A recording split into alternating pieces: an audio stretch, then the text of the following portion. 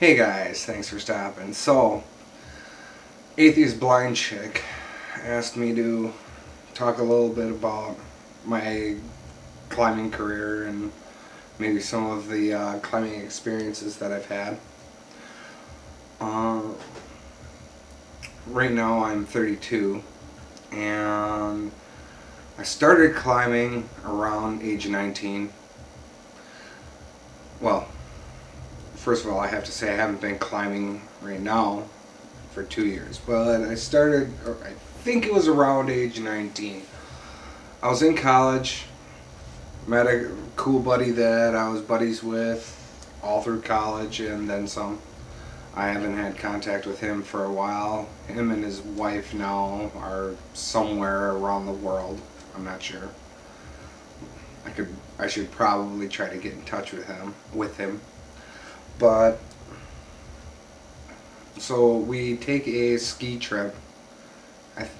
I was snowboarding and they ski to Jackson Hole. And one night out of, I think, like it was a full week kind of a thing, they decided to go to a climbing gym. Heard about it, maybe it was somebody on the ski hill, I'm not sure. Somebody came up with the idea, wasn't me. And me and my two buddies who are brothers went to a climbing gym. Got ourselves strapped in, and this girl, and I think this might be the secret to getting into anything because from what I remember, she was sexy. She was super sexy. Totally ripped, really nice, all this kind of stuff. She was the one that helped us with learning how to belay and brought us on to it was a kiddie wall because I remember a bunch of holes that looked like they were an A and a B, C, D, kind of a thing.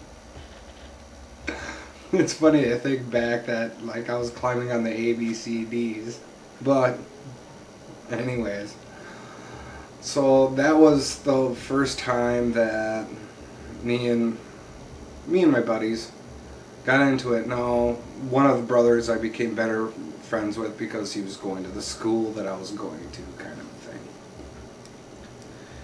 And so we went out.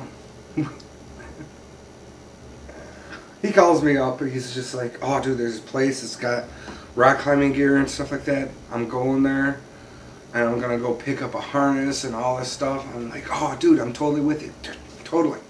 So we both go there, we pick up a couple of locking beaners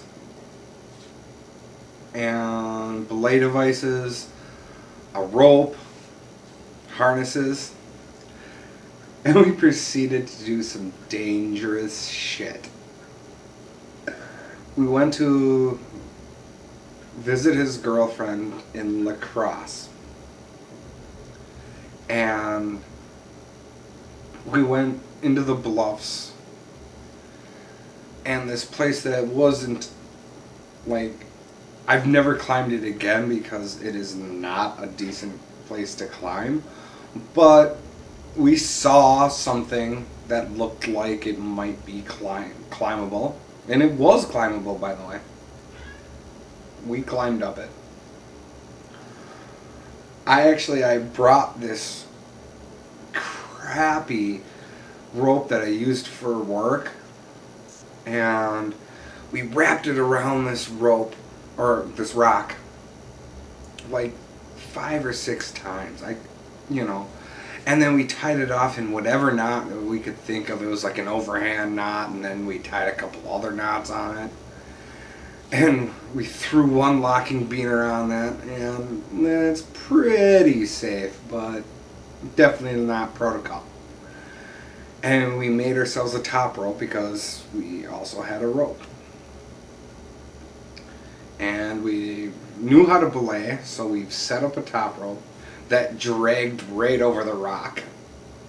Like, if this is the climb right here we'll put this shoulder, if this is the climb right here, my head was the rock that we put the rope around, and attached a bean or two. So as I was belaying, I don't know which one of us was first. I can't remember anymore.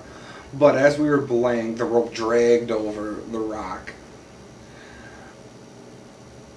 Honestly, I don't know how unsafe it was. Now I know about a lot more about rock climbing. After that, we started gaining our knowledge about it, talking to people that we saw who were rock climbing, learning things, and we got the Climber's Bible.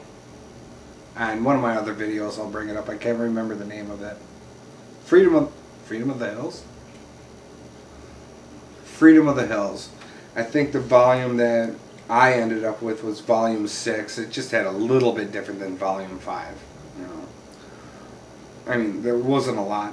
And Freedom of the Hills is,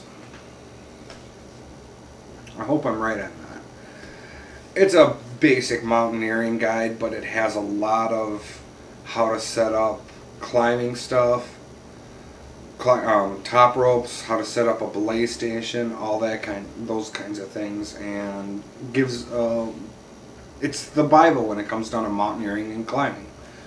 It actually gets into technique when it comes down to climbing, just like mountaineering, like hiking serious rock, and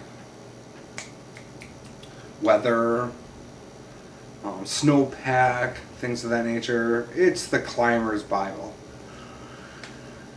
Any which way, so we got into it a little bit more and a little bit more, and we ended up knowing what we were doing.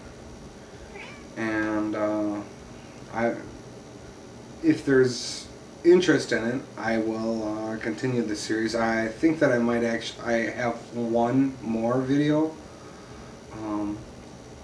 that I will be posting on rock climbing.